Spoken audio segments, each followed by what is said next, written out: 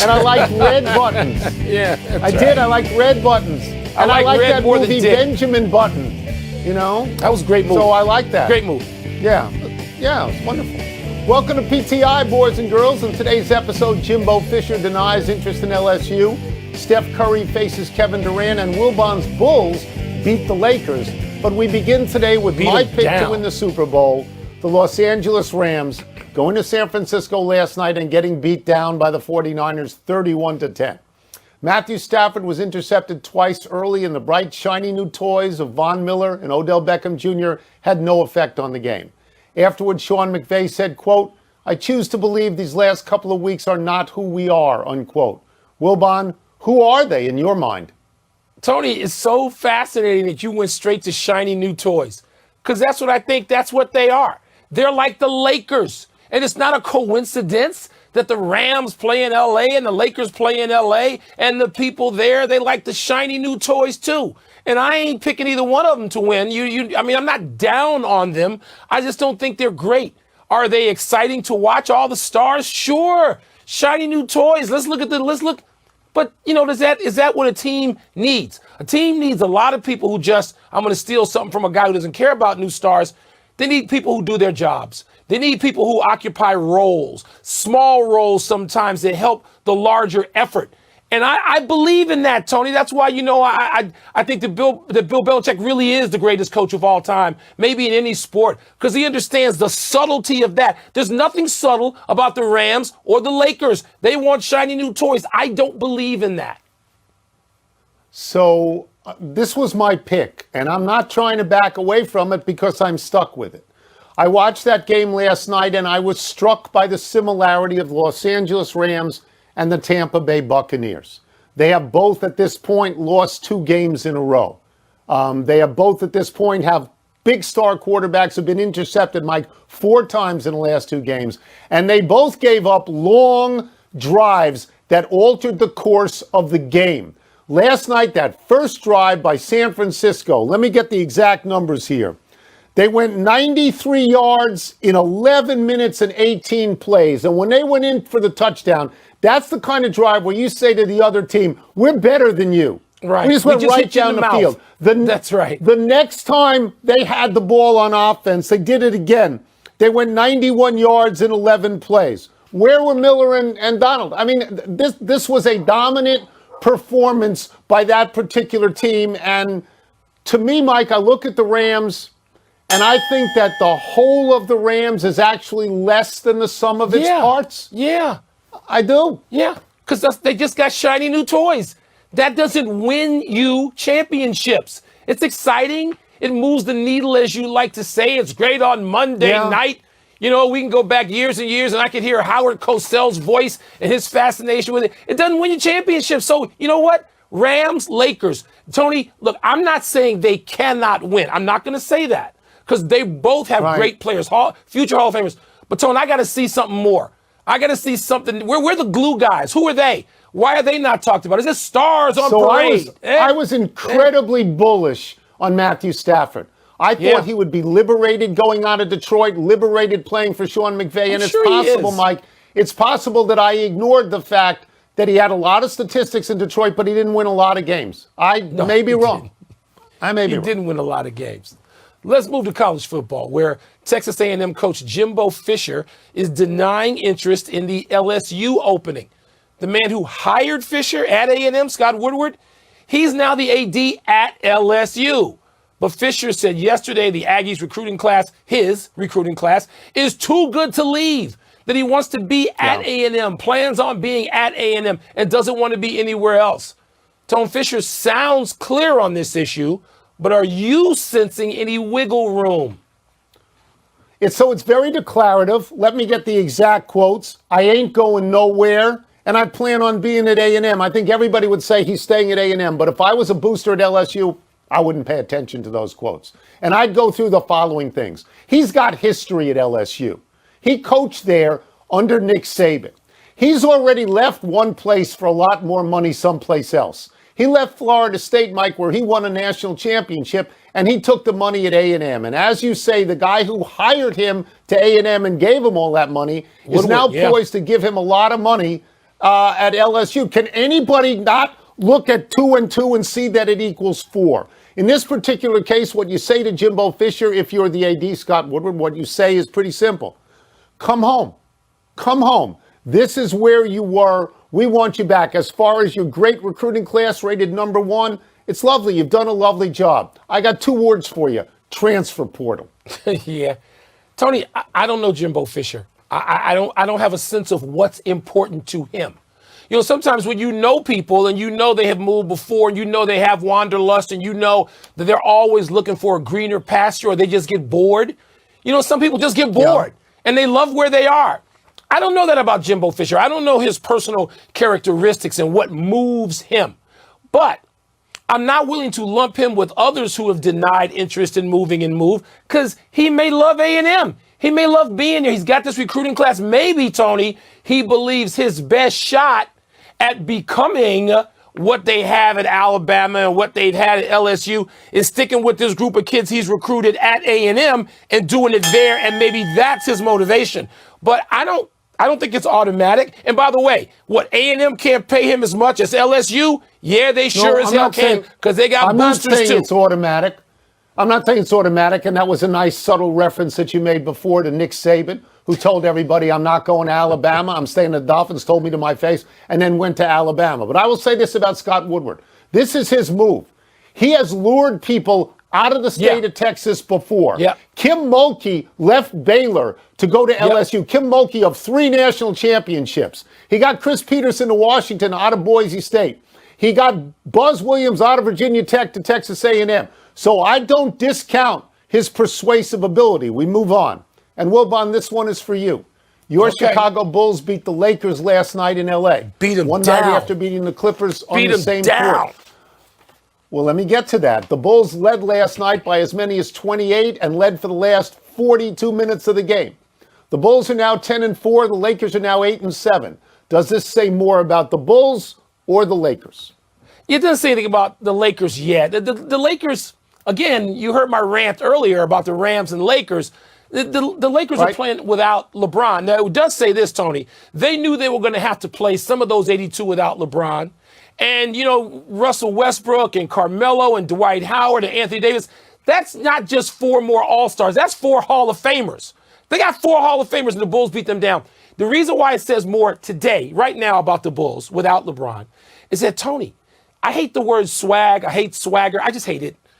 But, Tony, they play with a confidence and an air of, we're going to take your lunch money. They did that in L.A. 2 nights in a row. They ended the Clippers' 7-game winning streak, and they went into Lakerland the next night in Staples and beat them down. And they play defense, and they swarm you, and they take the ball, and they stare at you like, hey, we're the Bulls. And it's like, oh, my God, I haven't seen this in 20 years. It excites me.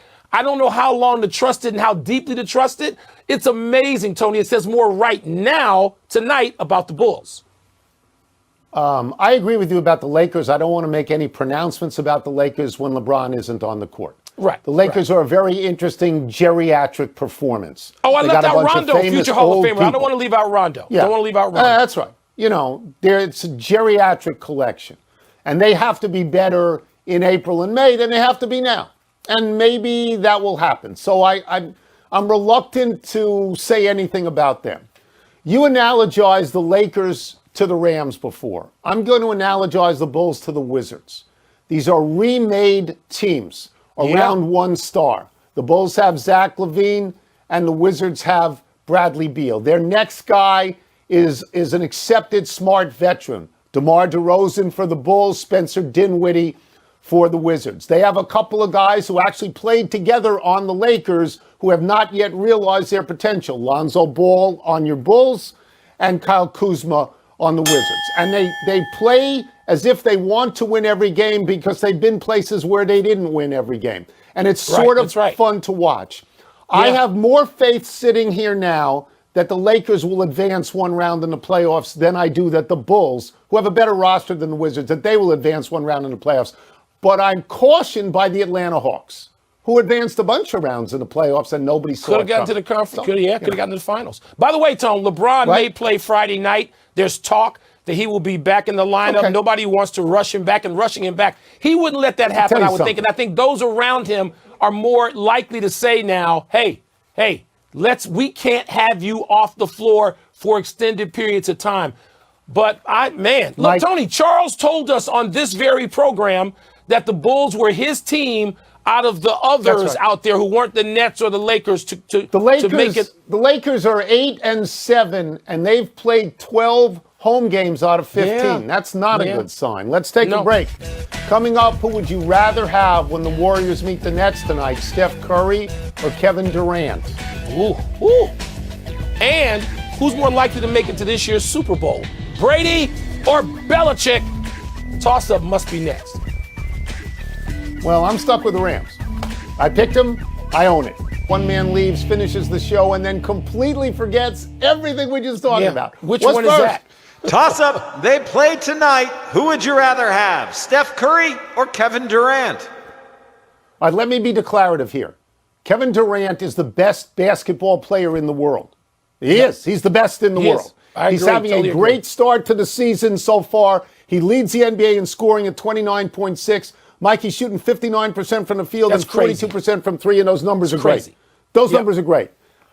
I'm taking Steph Curry tonight.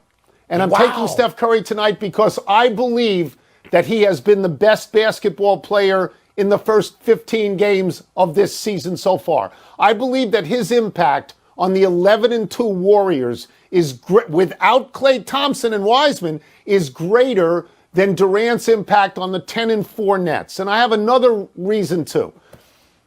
Durant gets to play in New York City all the time. It's no big deal to him. Steph Curry gets it twice a year. Once in Brooklyn, once in Manhattan. I think he wants to light it up, and I'm going to take Steph Curry. This is the ultimate push category, is it not? Even you'll agree. This is the ultimate place where you go, I push, I'm not. But we're talking splitting hairs. I mean, Steph Curry, come on, he's having a year, Tony, that's insane to get the Warriors back to this point where they are. I agree with all that. But, Tony, 59% Kevin Durant is shooting. Do you know this? We're talking tiebreakers now. Tony, Steph Curry is shooting the lowest percentages full season if they were to go a full season. But playing great. But playing great.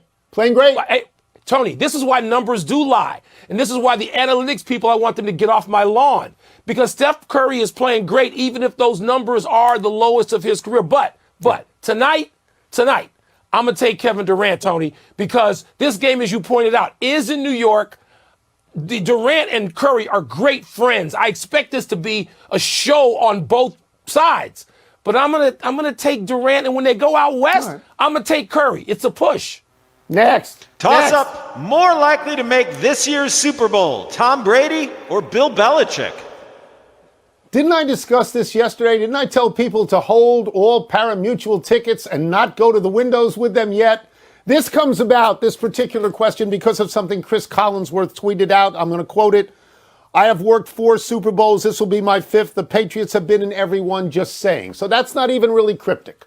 What he is saying is he's looking at the Patriots now, and he likes them a lot. The Patriots, by the way, they play Thursday night against Atlanta, a game they should win. They've won 4 in a row, and in those 4 games, they've outscored opponents 150-50. Whereas Tampa Bay has lost 2 in a row. Tom Brady has thrown 4 picks in those 2 games, and they don't look great at the moment. But if I am forced to pick the favorite for me to get to the Super Bowl between the two, I'm going to pick Tampa Bay, because you cannot bet on Mac Jones over Tom Brady. You simply can't do that. What would be great is if both of them made it. Because if it was Brady against Belichick, it would be biblical. Yeah, I don't want to see biblical. That. I don't want to hear that for 2 weeks. Now, what Chris Collinsworth also could have tweeted was every Super Bowl he's ever covered had Tom Brady in it. And therefore, it could be Tampa.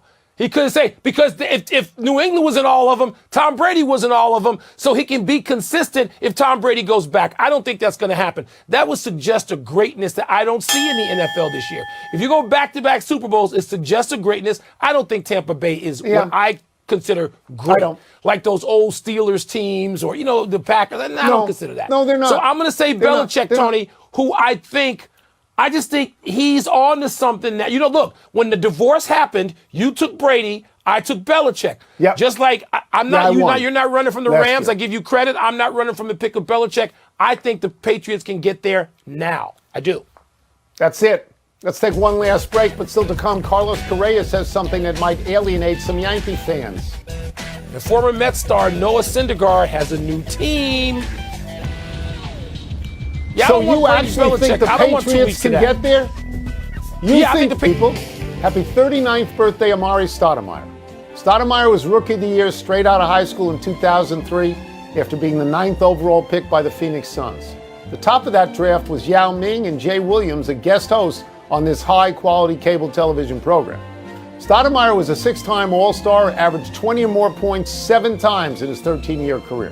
When LeBron James decided to take his talents to South Beach in 2010, the disappointed New York Knicks signed Stoudemire as a consolation prize. Stoudemire had a wonderful season, averaging 25 points and 8 rebounds, playing in 78 games. After that, his knees became a chronic problem, and Stoudemire missed more and more games. When we worry about Zion Williamson's durability, the comparison we all make is to Stoudemire.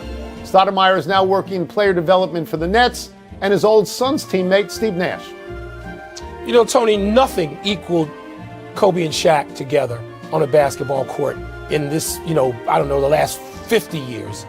But Steve Nash and Amari Stoudemire, which I got a chance to sit courtside and watch for years, it was magic. They didn't win. They got hosed once in 2007 out of a trip to the finals. But Nash and Stoudemire, I mean, he's the modern big man. He moved himself out the three-point range. He had every move around the basket. He had great hands. Love Amari Stoudemire. Love him. So you don't think Doncic and the Unicorn, Porzingis? Not yet, Tone. Happy Not anniversary, Notre Dame. On this day, 64 years ago, the unranked Fighting Irish beat top-ranked and 2-time defending national champion Oklahoma in Oklahoma, 7-0 to end the Sooners' 47-game winning streak. That 47 in a row remains the longest winning streak in college football history. That week, Sports Illustrated had titled its big story, Why Oklahoma is Unbeatable, and wrote in advance of the Notre Dame game that Oklahoma would most likely win the national title for the 3rd straight year. To give you an idea of how hard it is to get to 47 in a row, since Oklahoma's streak ended in 1957, only 3 big D1 schools have won 30 or more games in a row. Texas had 30 between 1968 and 1970. Nebraska had 32 between 1969 and 1972. And the U had 34 in a row between 2000 and 2002. Like Joe DiMaggio's 56-game hit streak, this 47 is likely to last forever. Yeah, Tony, I think you're right about that. I'm going to go recency bias and shock you here. Look, the U and what they did and the time they did it, with many more college football teams across the country being relevant than there were in the 40s and 50s. What Miami did with multiple coaches, it's stunning, that era of the U. And not just the winning streak, but the whole thing. Kudos to them. Happy trails, Noah Syndergaard. The Mets' blonde-haired, flame-throwing right-hander has signed a 1-year deal with the Angels for $21 million pending a physical. If he's healthy, Syndergaard will team with Shohei Ohtani to give the Angels a pretty scary top of the rotation. Syndergaard, 29, has spent his entire Major League career with the Mets. He's pitched only 2 innings since 2019 because of Tommy John surgery. But early in his career, Syndergaard routinely threw 100-mile-an-hour fastballs and paired them with 93-mile-an-hour sliders, producing prodigious strikeout rates. In his career, Syndergaard has pitched 718 innings and struck out 777 batters, and his ERA is 3.32. The Angels need starting pitching. Other than Ohtani, who led the team with 130 innings, no other Angel pitcher exceeded 100 last season. And if he's not healthy, once again, Southern California's shiny new toys. I'm just saying. That's right. Big finish quickly. The Sixers fined Ben Simmons for not traveling with the team. It's a disaster, isn't it? Yes, Tony, it's just a soap opera. And right now, it's just tiresome. It's like reruns at this point. Carlos Correa told the Me Gustan Los Deportes podcast, Derek Jeter didn't deserve any of those gold gloves he won. Wow, big deal? Hey, you can't sign that guy to New York now. Are you kidding me? The Ravens released Le'Veon Bell. Are you surprised? No, he hasn't been relevant in, like 3 years now? The Mets are reportedly hiring former Angels GM Billy Epler as their new GM. Does that make sense? He signed Rendon. He signed Ohtani. He extended Trout.